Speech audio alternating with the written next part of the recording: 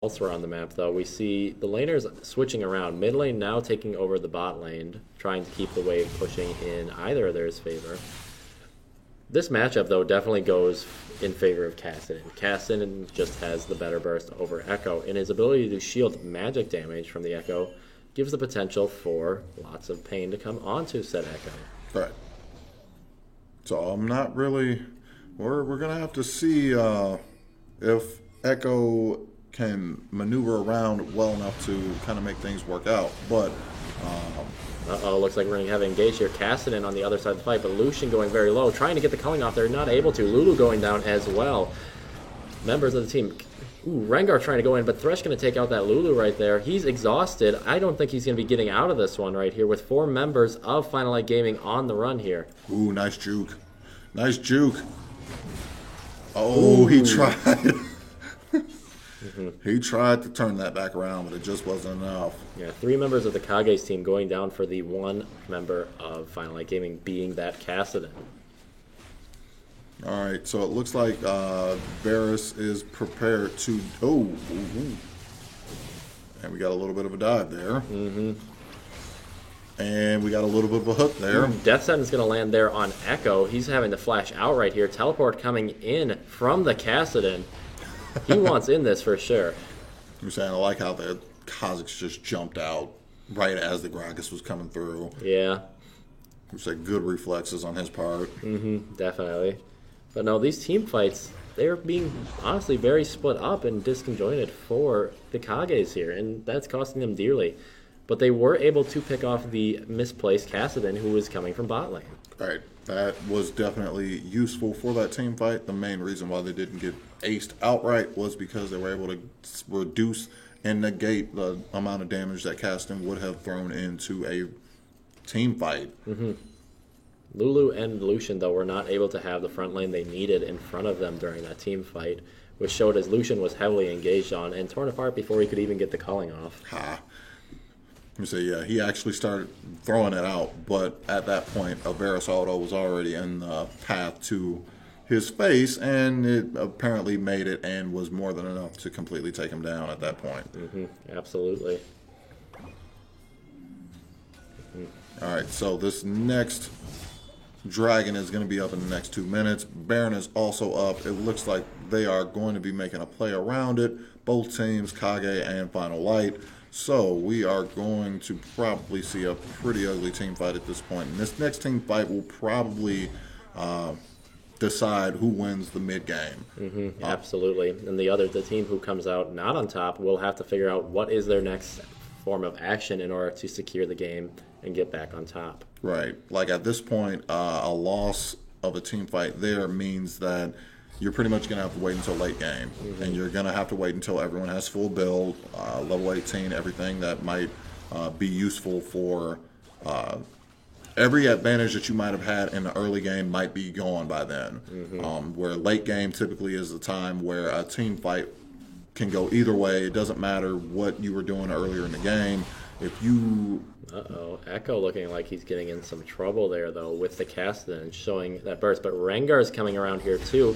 Oh, and Kassadin immediately riff walks out.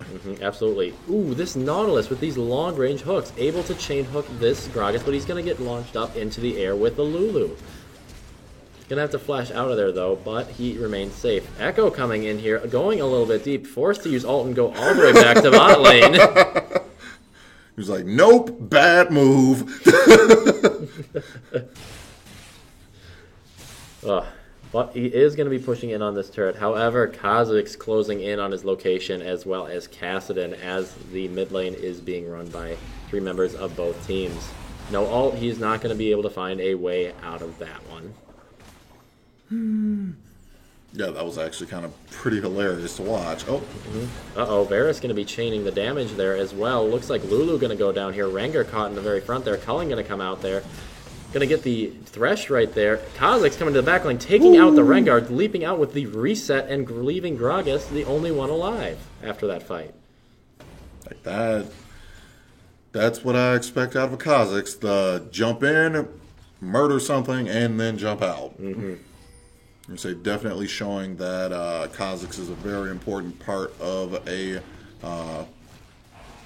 terrifying team comp. Yeah, definitely. And Kha'Zix with that ability, instead of Rengar, to reset his leap, giving him full reign over a area. Just leaping from person to person and having that ability to get out of things are looking a little scary. Right.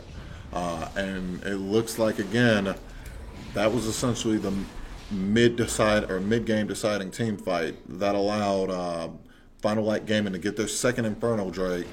And I don't know. It's, like I said, it's going to come down to late game now, because at this point, if the Kage try and start a fight, there's a pretty high chance that they won't necessarily be all that successful. Yeah, 3 dragons underneath Final Light Gaming's belt here, 2 being an Infernal Drake, giving them insane amounts of damage here. Okay, so looking at, again, the items, looks like Nautilus is completely embracing his super tank role. Got quite a bit of armor, got quite a bit of MR. Yeah, getting that Abyssal Scepter there, so he's doing a little bit more damage, as well as emitting that aura of Magic Shred. Right. Meanwhile, Gragas has a Spirit's Visage, which kind of makes sense considering he has the capacity to heal himself. He has his Ninja Tabi, which is going to be good for both Kha'Zix and Varus in terms of stopping the amount of damage that's coming out from both of those guys. Rengar has his Yomus to kind of speed himself up when he decides to go in for ults, but and it's a little more armor pen. He needs to get quite a bit more armor pen in order for him to be truly effective with what he wants to do, but he's well on his way to doing that. However, it looks like Kha'Zix is already there. Looks like, there's going to be an engage here. Echo having to go out. Looks like Nautilus teleporting down into this fight. We got all members except Gragas involved in this fight right now. He is going down and split pushing. If they go for a team dive here, Kages will be down their primary tank. Be down primary tank and pretty much the primary disengage as well. Right now, Gragas, his ult is in fact up, so if they did in fact decide to dive, one of his ults could have easily decided to separate that team out and make them rethink the whole process. Gragas' absence causing them to be able to push very deep into turret there, though. Nautilus caught a little bit out of position, having to flash over the wall. Not really sure why that teleport was being used there, but Kassadin's teleport is gone now. Yeah, very interesting. Descend's going to grab onto the Echo, but not going to be followed up. Kassadin coming through the river here, though. The backline is completely open, but he's going to be spotted out by Kage's wards. I'm saying he decides to just go straight to his team rather than trying to outflank and outmaneuver. Yeah, this turret push here is going to be difficult to fend off on the Kage side. Final Light Gaming is ready to go on for a full-on dive with all ults available and open except for Threshes. On the other side as well, we see all ults online as well. Echo trying to do some work on the backline here. Rengar going to flash in, causing Thresh to flash right back out. Descend's going to land on Rengar, forcing Lulu to ult him as well. Lulu going to go down there. Echo trying to do some work. Going to see the Gragas all come out, displace everyone on the team. Going to get the... going to do tons of damage there with the Echo ult. Gragas going low. Going to get killed by the Kassadin there. And now only Echo remaining. And Kassadin's about to seal the deal here. Is he going to be able to use the plant in time? That Rift Walk, though, I think Kassadin has used it too much, and it costs too much now. Right. Again, Final Light Gaming just showing their dominance here and how they can shred apart a team and go for these team dives. With Thresh not only writing a death sentence, but a death paragraph there. I'm going to say a death short story. And now we see them getting 2 turrets off of that engage. So yeah, that was what I was worried about.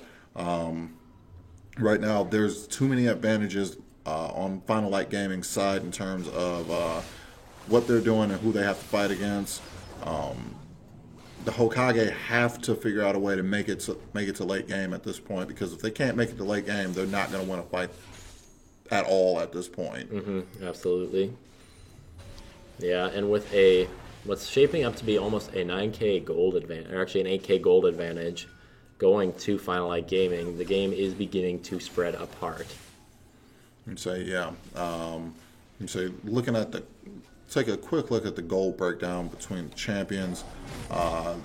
Pretty much the only champion that's essentially even in terms of gold right now it's the junglers. They're only like 300 gold apart, but everyone has at least 1K or around 1K gold advantage over their laning counterpart on the other team in terms of Final Light over Hokages. So it's Yeah. However, Nautilus there with 3K gold lead over Gragas.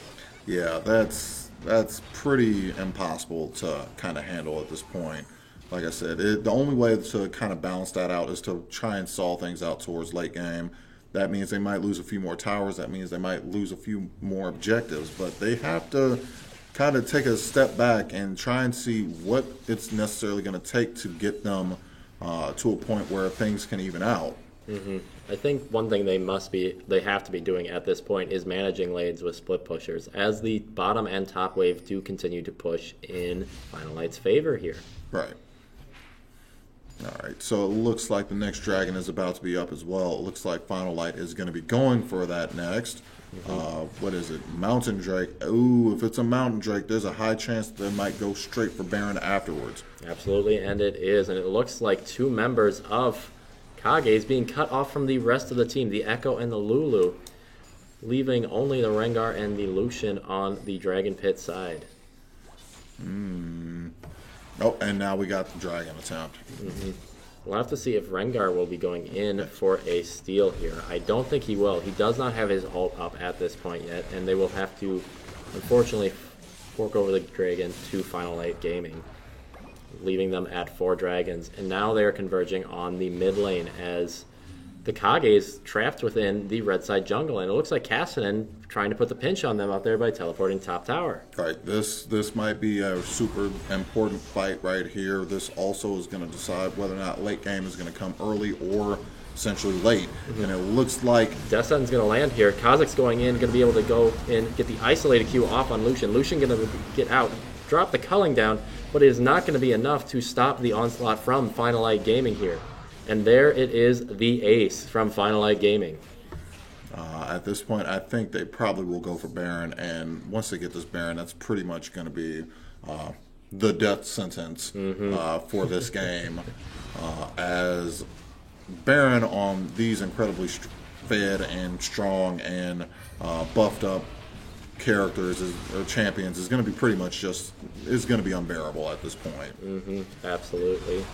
Lanes are pushing in favor of the Kages now. They have switched the direction in which they are pushing. So we'll have to see how Final Light Gaming uses this advantage they have secured now to try to end up this game. If they take too long, though, Kages are going to have the high potential to come back as itemizations level out. Yeah, no, that is completely an option to have. That's a complete outcome that could possibly happen, in all honesty. Like I said, they need to wait until late game so that the money kind of balances out. You can only get so strong before you just kind of have extra money and you're not really sure what to do with yourself. And if for some reason the Kage can manage to get to that point, I think that in a team fight they are going to be incredibly successful. But that's the point. They got to get there first. Absolutely. Yeah, all lanes except bot lane being pushed now by Final Light Gaming as they want to try to close out this game and move into Game 3 here. We'll have to see how well they perform to do this. As we've seen in the past, though, teams have gone all in on a fight and still lost, even with this huge Baron buff and gold lead in their pockets. Right. I'm going to say it's all about being aware of overconfidence in a situation like that. You don't want to be overconfident. Absolutely.